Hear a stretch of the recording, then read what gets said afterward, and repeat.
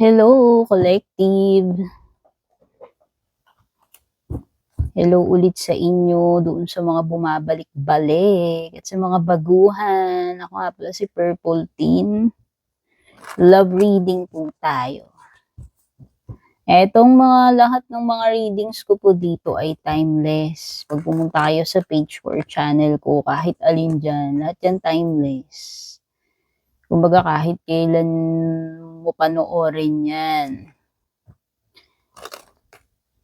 As long as nakaka-relate ka. Gawin nyo lamang guide itong mga ganitong readings, ha? Ang mga tarot readings ay mga energies based sa kung ano yung mga nahuhugot ko sa cards. So, pwedeng tama siya, pero pwede rin namang mali. Pwedeng totoo para sa iba hindi. Pwedeng mangyari para sa iba rin naman pwedeng hindi mangyari. Okay? Check natin ang mga energies dito sa connection ninyo ng person mo.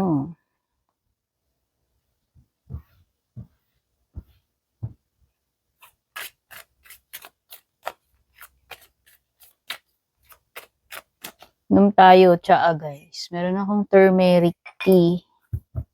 Turmeric ginger tea. Na may malunggay yata. Ewan ko kung ano yung mga nakalagay dyan.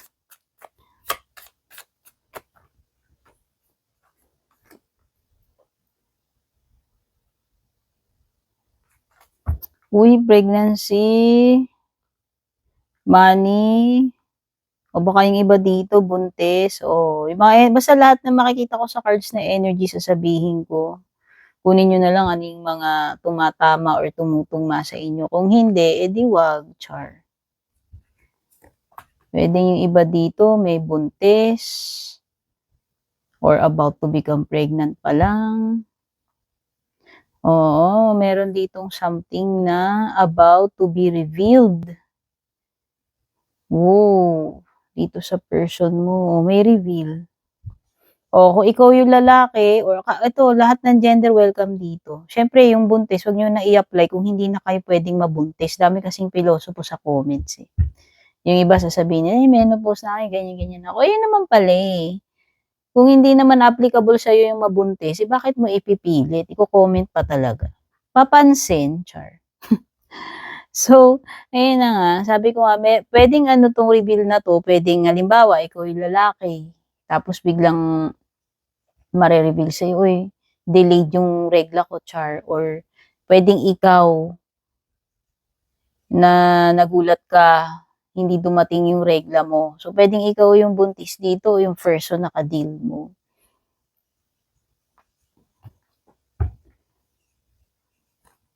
Magko-confess eh, sasabihin eh, na limbawa sasabihin niya nakabuntis siya or sasabihin mo na, oh, buntis ako, 1 buwan na ako, 2 buwan na akong hindi dinaratnan, parang ganun. Oo, blood ties, family. So, pwedeng yung iba dito, ang naging setup ninyo is, kayo, nagkaanak kayo or nabuntisan ka, naanakan ka nitong person na to. Kasi ayan eh, yung kumbaga merong bond sa inyo nitong person na to kasi may anak kayo.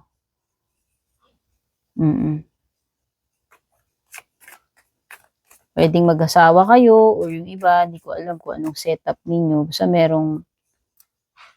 may anak na na-involved or pregnancy involved.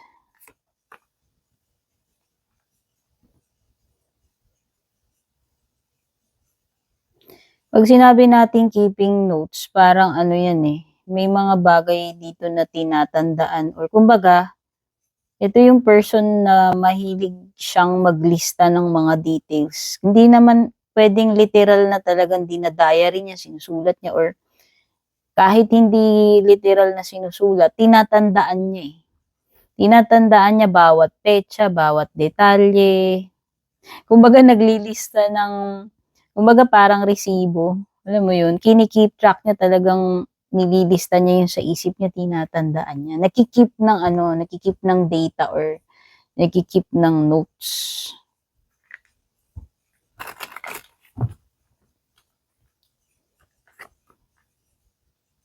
Escapade, oo. Kasi ito, kaya parang puwede kasi ngang nangyari,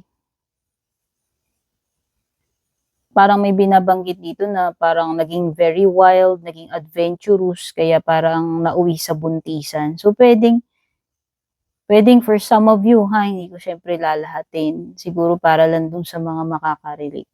Puwedeng kaya nabuntis 'to or mabubuntis kung mangyayari pa lamang 'to kasi nga parang um, masyadong naging wild or adventurous sa isa't isa, puwedeng unplanned, yun ang may ibig ko sabihin. Kumbaga, meron mang baby na nabuo rito or mabubuo pa lamang is because naging ano, masyadong nagpadala sa ano, excitement. Kumbaga puwedeng hindi talaga pinlano na ano, yung baby, dumating na lang na kumbaga napuruhan, natiyempuhan, parang gano'n.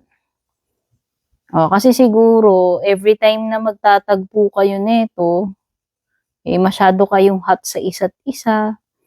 Siyempre 'pag magkasama hindi puwedeng hindi napigilan yung isa't isa, yung init, nagtsorbahan tapos ano puwedeng ayun nasa pool, 'di ba?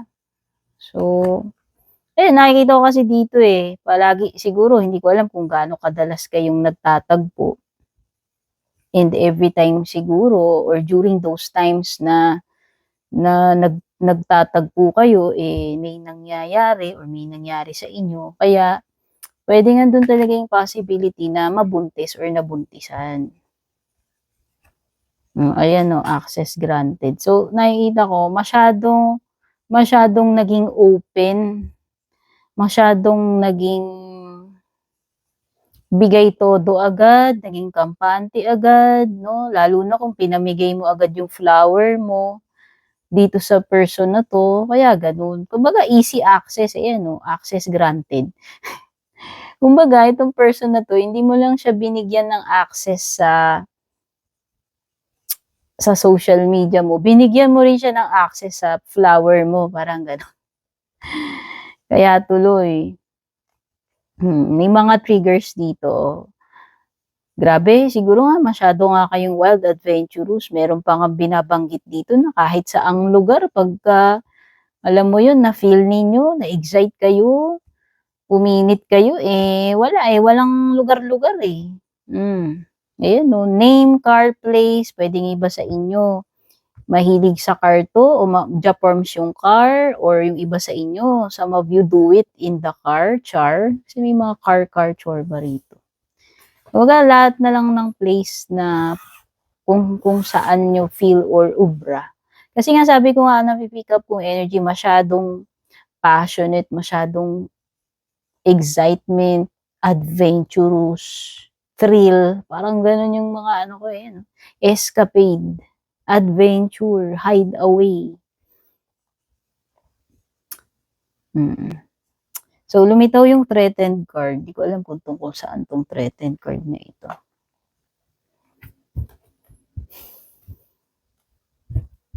Oo, yung iba siguro parang ang nafi-feel ko dito sa threatened card na 'to is puwedeng may insecurity, tungkol sa appearances niya. Ewan ko, lumitaw lang yung energy na yan. Kunin niyo na lang kung nagre-relate kung sino man yan sa inyo. By the way, don't forget to subscribe kung bago ka. Don't forget to like or follow na rin yung FB page ko. Malaking tulong sa akin bawat isang subscribe, bawat isang follow ninyo. Para sa mga maliliit na channel or page na kagaya ko. Yun, kumbaga yan na lang yung regalo ninyo sa akin or support yan. Pati rin yung mga hindi nag-i-skip ng mga ads. Dyan po kasi kami nag-earn sa mga ads kaming mga creator. So malaking bagay din po sa amin yan. Malaking bagay din po yung interaction ninyo especially kung nagli-leave po kayo ng mga like, heart, mga comment ninyo, lalo na rin yung mga nag-share at yung mga generous na nagpapadala ng mga stars, super thanks, at nag-a-avail ng membership sa YT ko, tsaka subscription sa aking FB. Yan. Thank you so much. Comment nyo na lang dyan, bago ka ba rito? Matagal na?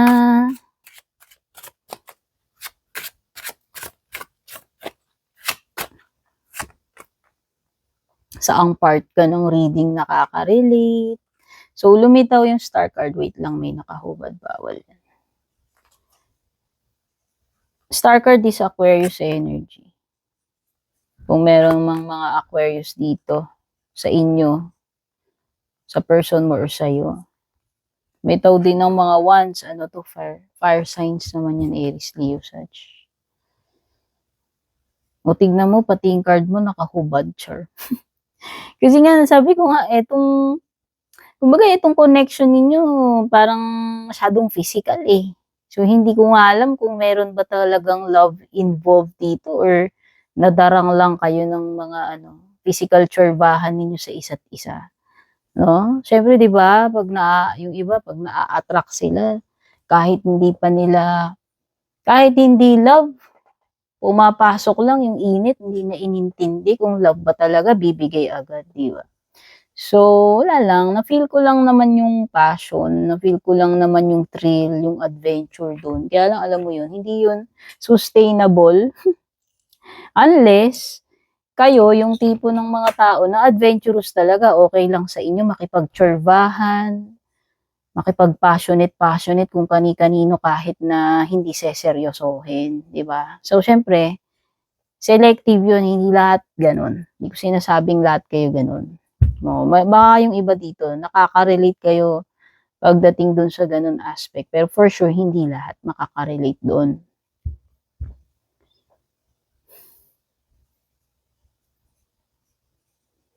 Okay, so what we're dealing with here is yung setup na pwedeng either mabuo kayo as a family or either parang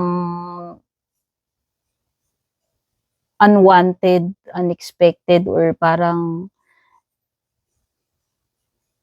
na-disgrasya lang, hindi naman talaga pinlano na magkaanak, pero alam mo yung pwedeng may mabuo or nabuo. So, kapag ganun yung setup ninyo, ang mga nakikita ko lang dyan is pwedeng maging complicated, by the way. Ayan na nga. Lumitaw na nga yung complicated card. No? With the 5 of Wands. No? So, may mga blockages, may mga challenges or complications, conflict pagdating dito sa relationship ninyo or sa connection ninyo. Kasi nga, pwedeng hindi naman kayo pareho prepared pero may darating na baby. O, paano yun kung wala naman talaga sa vocabulary panagutan? Yun eh. Kasi parang nafe-feel ko dito sa person mo, kung ikaw yung may flower, tas na-jauntisan ka niyan. Parang wala naman kasi kung nakikitang malinaw na plano na mag-expand yung kayo as a family or magsama kayo. So, ang lakas ng energy ng LDR dito, baka yung iba sa inyo, yun, isa pa yun. Hirap nun, yung bihira na nga lang kayo magtagpo, magkita, tapos pag nagtagpo kayo, nagtsorbahan kayo, tapos may nabuo pa. No? So, pwedeng hindi pa kasi enough yung time para ma-conclude natin kung talaga bang seryoso ba talaga ikaw sa kanya, siya sa'yo, or pareho kayo sa isa't isa. Tapos meron na kagad baby na darating. So, doon pa lang, nako-complicate na yung mga bagay-bagay. So, nakikita ko nga rito, isa pa yun, yung distance. So, nakikita ko with the star card is merong umaasa na energy. Oo, umaasa na energy na balang araw magkaroon kayo ng future netong person na to. Kaya lang nga kasi nakikita ko maraming conflict dito eh, with the 5 of Wands. So, pwedeng doon pa lang magkakaproblema na kayo. Actually, may mga merong mga iniisip or pinaplano with the two of wands kung sino man yan sa inyong dalawa. Pero kasi parang hindi sapat yung planning na yun para mabigyan ng katuparan with the Three of Wands reversed eh. Isa pa yun, pwedeng basta malalaman mo na lang kasi nga may lumilitaw dyan on the verge of confessing. May mga marireveal dito.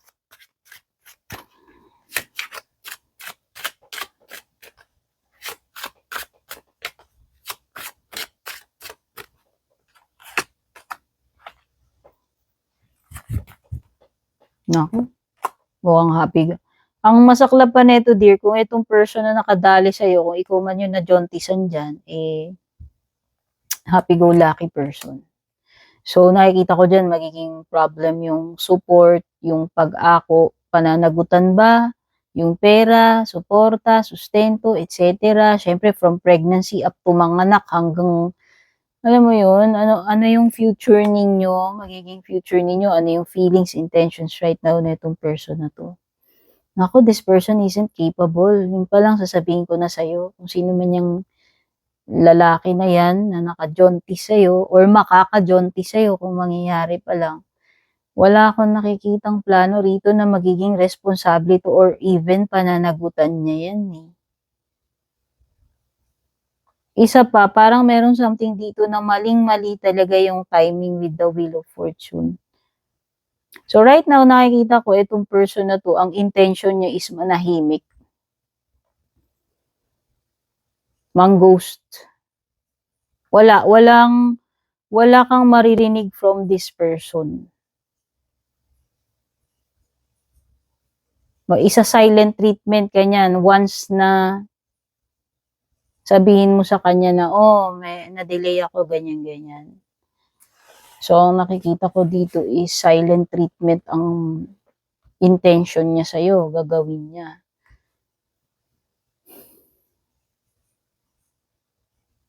Kasi itong person na to, wala akong na-feel na at first seryoso agad siya. Ang na-feel ko is happy-go-lucky energy exploring. Parang naghahanap lang siya ng escapade, thrill, or adventure. Lumitaw na yung kanina ito, escapade card.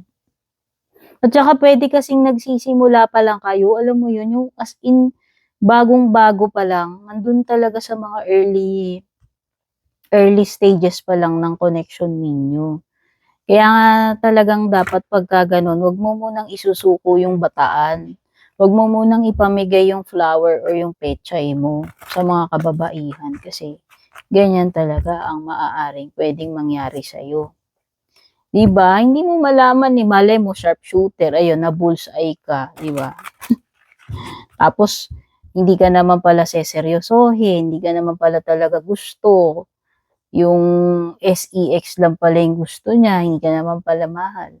Paano na yun, dear, diba? Doon nalilitaw yung mga complications.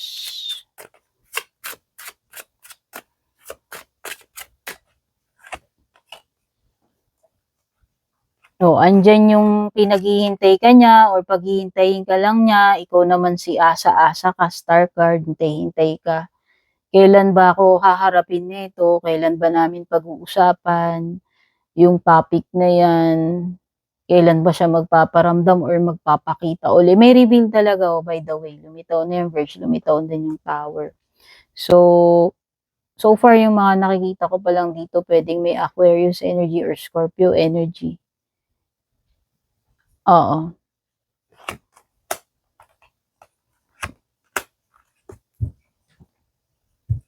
Ayan, pregnancy card, Empress. Nako. Mahirap to. Bubuntis ka, tas di ka papanagutan. Nako. Hirap talaga yan. Kasi motherhood na yan, expectancy yan, of fertility, pregnancy. Masakla pa nito, lalo na kung itong person yan, syempre kung nagsisimula pa lang kayo, hindi mo pa talaga siya totally kilala, background niya and all. Kasi parang merong ding ibang energy dito like third party situation eh. Pwedeng dinala ka lang pala sa third party, hindi mo alam na may iba pa, may committed na pala or married sa iba, taken na, or hindi ko alam kung sino sa inyo yan, kung sino man yung meron ng mga kakonek-konek dyan, sa side mo or sa side niya. Andyan talaga yung energy, ang lakas ng energy ng parang maghihintay ka ng maghihintay dito sa person na 'to. Umaasa ka, naghihintay ka lang, 'no?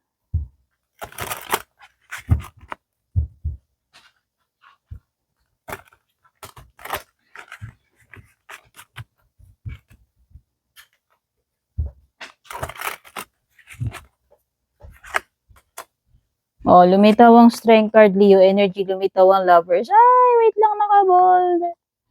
Bawal yan, bawal yan, bawal yan. Ayan, lumitaw si Star card, Aquarius, lumitaw si, si Gemini, si Leo. Libra, Justice card.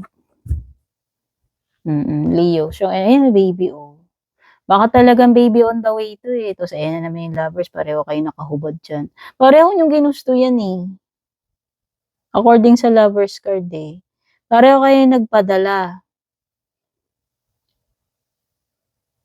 Ginusto ninyong talagang gawin yan, oh. Pareho kayo may consent, eh. Pareho kayo nakahubad, diba? Ilang card na yung nakahubad, char.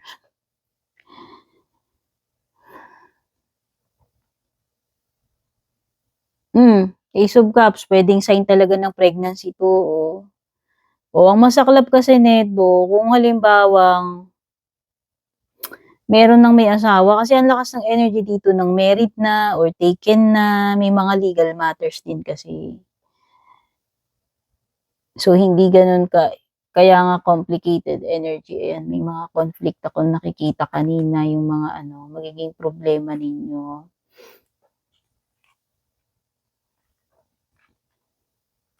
Pero yun na nga, mukhang magkakaroon ka ng clarity or reveal dito kasi lumitaw na naman tong Sun card.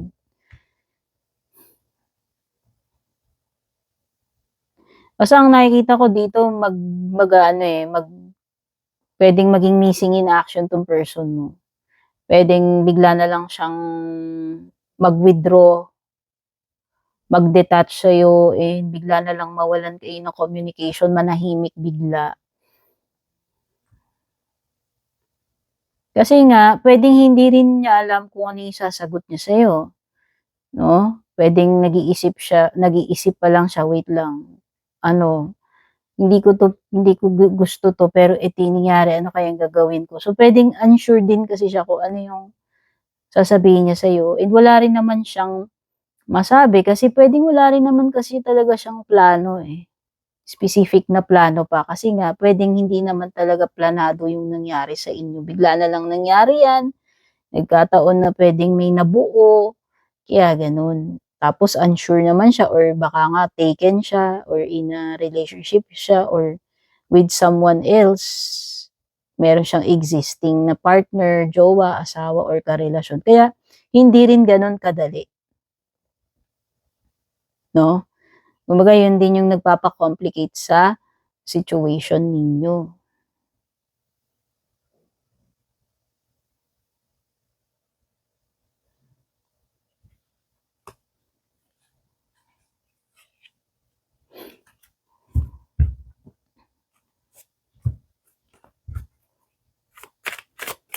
Basta ang nakikita ko dito, kailangan pag-usapan nyo to. Kasi kailangan gumawa ng decision tungkol dito eh. Kaya lang ang nakikita kong next na gagawin na itong person mo is magmi-missing in action siya. So, pwedeng taguan ka niya, iwasan ka niya, mag-code silent treatment, mag-detach. So, ang nakikita ko nga dyan, para sa'yo, puro waiting period. Maghihintay ka na maghihintay itong person na to kung kailan siya susulpot, kung kailan siya magiging ready na harapin or pag-usapan yung mga matters na tungkol sa inyong dalawa or tungkol sa baby kung meron mang baby na paparating. Okay? Ayan, no? Possibility na meron na tatlo kayo dito. Love triangle to eh. Kasi nga, meron ditong parang may ka-connection na iba. Lumitaw na yan dito. Lumitaw na rin yan sa 3 of Wands. So, ang nakikita ko lang dito is decision choice. Choice card, by the way, kailangan mamili. Kailangan mag-decide. Kailangan pag-usapan with the judgment card. Parang magkakaroon kayong negotiation dito eh. May mga kailangan kayong isettle sa isa't isa. Lalo na kung hindi lang kayong dalawa as a couple yung pag-uusapan dito kung meron ng pregnancy involved dito. Pero if ever na nang ghost dyan, biglang mawala yan, missing in action, mag-silent treatment, nakikita ko na pwedeng magparamdam ulit tong person na to or magpakita. Hopefully. Kasi kung hindi, ibig lang sabihin nun, talagang tinatakasan ka niya on purpose. Ayan o. Pwede kasing i-evade ka niya eh. Andiyan ang 7 of Swords. Alam nyo naman si 7 of Swords na palos. Pagkatapos kang ma-hit and run, madulas, tinakasan ka na. Naisahan ka na pala, nag-sneak out na. Pwede ka kasi niyan takasan talaga eh. Hindi ko rin alam kung isa yan sa iniisip niya. Pero right now, this person is confused. This person is, nag-iisip din, somehow. Pero yung masasabi natin na magagaranti ko yun para panagutan niya, whatever, ayan, pregnancy talaga yan. SEX yan eh, tsorbahan yan, tsuktsakan, tapos pwedeng pregnancy. O ayan, marriage card, di ba? So, sana itong marriage na nakikita ko ay para sa inyong dalawa kung pareho naman kayong single. Sana matuloy kayo as a family, mabuo kayo. Kasi kung hindi, kung totoo talaga yung mga nakita kong cards dyan na merong third party, well, masaklap yun. Magiging, complicated setup na maaaring mauwi sa, alam mo yun, hindi ikaw ang legal. So, stay strong, sabi ni Strength card. Ano man ang mangyari, no? You need to be, kailangan mong maging matalino. Okay? So, yan yung mga na-pick up kong energies right now dito sa reading na to. Godspeed, love you all, babush.